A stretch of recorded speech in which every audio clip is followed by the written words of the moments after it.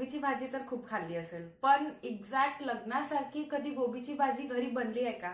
नाही ना. तर चला मी तुम्हाला आज एक्झॅक्ट कशी लग्नासारखी गोबीची भाजी बनवायची त्याची रेसिपी सांगते. आणि ही माझी रेसिपी आहे, तर तुम्ही एकदाही नक्की ट्राय कराल. हां, तर आपल्याला ज्या ज्या भाज्या लागणार आहे गोबीची भाजी बनवायला ते सगळं मी आधी सांगून देते. हे मी गोबी घेतली आहे, मीडियम साईजची बारीक चिरून घेतली आहे.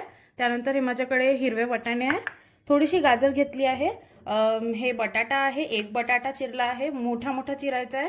त्यासोबत बारीक चिरलेला कांदा आहे आणि मीडियम साईजचे चिरलेले टमाटर आहेत. तर यात 4 चमचा तेल घ्यायचं. थोडंसं तेल जो नॉर्मल भाजीसाठी ठेवतो आपण त्यापेक्षा जास्त ठेवायचं आहे, कारण गोबीची भाजी जी आहे ही ड्राय बनणार आहे. तर तेल चांगलं गरम झालं की मग त्यात थोडंसं जिरं टाकायचं आणि जसं जिरा तडकत आला त्यात लगेच हे आलं लसणाचं पेस्ट आहे माझ्याकडे, अर्धा चमचा टाकायचा आणि याला मिक्स करायचं. त्यानंतर यात लगेच जाणार हा बारीक चिरलेला कांदा आणि कांद्यासोबतच हे बारीक चिरलेले टमाटर सुद्धा टाकून द्यायचे आणि एकदा यांना खूप चांगल्याने मिक्स करून द्यायचं. आणि आता कांदे शिजतपर्यंत या मसाल्याला होऊ द्यायचा. हा जसा कांदा थोडासा शिजत आला त्यात आपल्याला मीठ घालायचं आहे, चवीनुसार मीठ घालून घ्यायचं आणि परत एकदा यांना परतून घ्यायचं. यात जाणार आहे हे मीडियम साईजचे जे बटाटे चिरले होते मी ते. बटाटे शिजायला थोडासा वेळ जास्त लागतो, तर म्हणून सगळ्यात आधी आपल्याला बटाटे टाकायचे आहे आणि थोड्या वेळानंतर मग गोबी टाकायची आहे. तर आपल्याला थोडासा हा आलू शिजताना दिसला तर मग यात बाकीच्या भाज्या टाकायच्या. तर सर्वात आधी हे जे गाजर होती माझ्याकडे ते टाकली आहे मी, त्यानंतर त्यासोबतच वटाणा टाकणार आहे आणि आता यांना परत एकदा चांगल्याने मिक्स करून घ्यायचं आहे. तर बघा, बाहेरसारखी भाजी जर नाही बनत असेल तर आपण चुकत कुठेच नाही, आपण तशीच बनवतो, बाहेरचे लोक तसेच बनवतात. पण फक्त जे इम्पॉर्टन्स असते ते टायमिंगला असते, की भाज्या ज्या आहेत किती टाईमपर्यंत शिजवायच्या, कधी टाकायच्या, त्या सगळ्या गोष्टींकडे थोडंसं लक्ष द्यावं लागतं.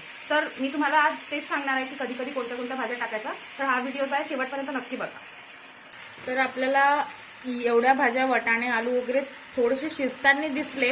मी प्रॉपर 3 ते 4 मिनिटांसाठी या भाज्या शिजवून घेतल्या आहे आणि मग त्यानंतर आपले हे जे गोबी आहे हे टाकून घ्यायचं आणि यांना एकदा चांगल्याने मिक्स करून घ्यायचं आहे. आता तुम्ही बघितलं असेल की मी आतापर्यंत कुठलाच ड्राय मसाला मिठाला सोडून नाही टाकलाय. तर हे एकदा हे गोबी टाकून झाली की मग आपण यात ड्राय मसाले टाकणं सुरू करू. तर सर्वात आधी आपण यात टाकूया 1 चमचा लाल तिखट टाकलाय मी, त्यानंतर अर्धा चमचा धने पावडर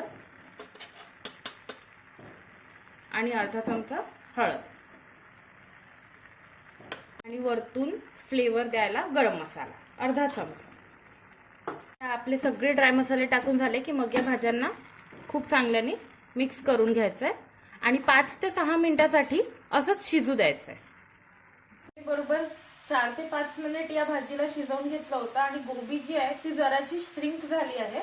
आणि आता इथे आपल्याला या गोबीमध्ये थोडंसं पाणी घालायचं आहे. त्यात आपल्याला थोडंसं पाणी घालायचं आहे. तर हे मी अर्धा ग्लास पाणी घालून घेतलं आहे भाजीमध्ये आणि एकदा परत या भाजीला चांगल्याने मिक्स करून घ्यायचं. आणि आता इथून या भाजीला आपल्याला स्टीमवरती म्हणजे झाकून शिजवायची आहे.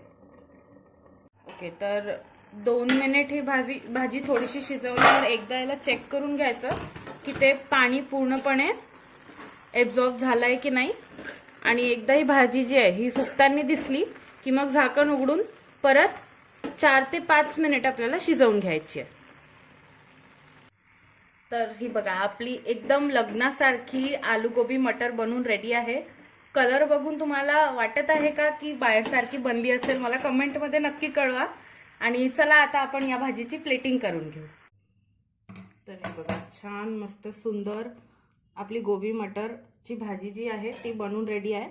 आणि आपल्याला यावर गार्निशिंगसाठी वरतून टाकायचं आहे बारीक चिरलेली कोथिंबीर. बघा, आपली एकदम परफेक्ट आलू गोबी मटरची भाजी जी आहे ती बनून रेडी आहे. ही भाजी भात पोळी सगळ्यांसोबत खूप मस्त वाटेल. तर नक्की एकदा ट्राय करा. तुम्ही जर व्हिडिओला आतापर्यंत लाईक नाही केलं असेल तर नक्की लाईक करा आणि अशाच मराठी रेसिपीज बघायसाठी आमच्या चॅनलला सबस्क्राईब करा. थँक्यू.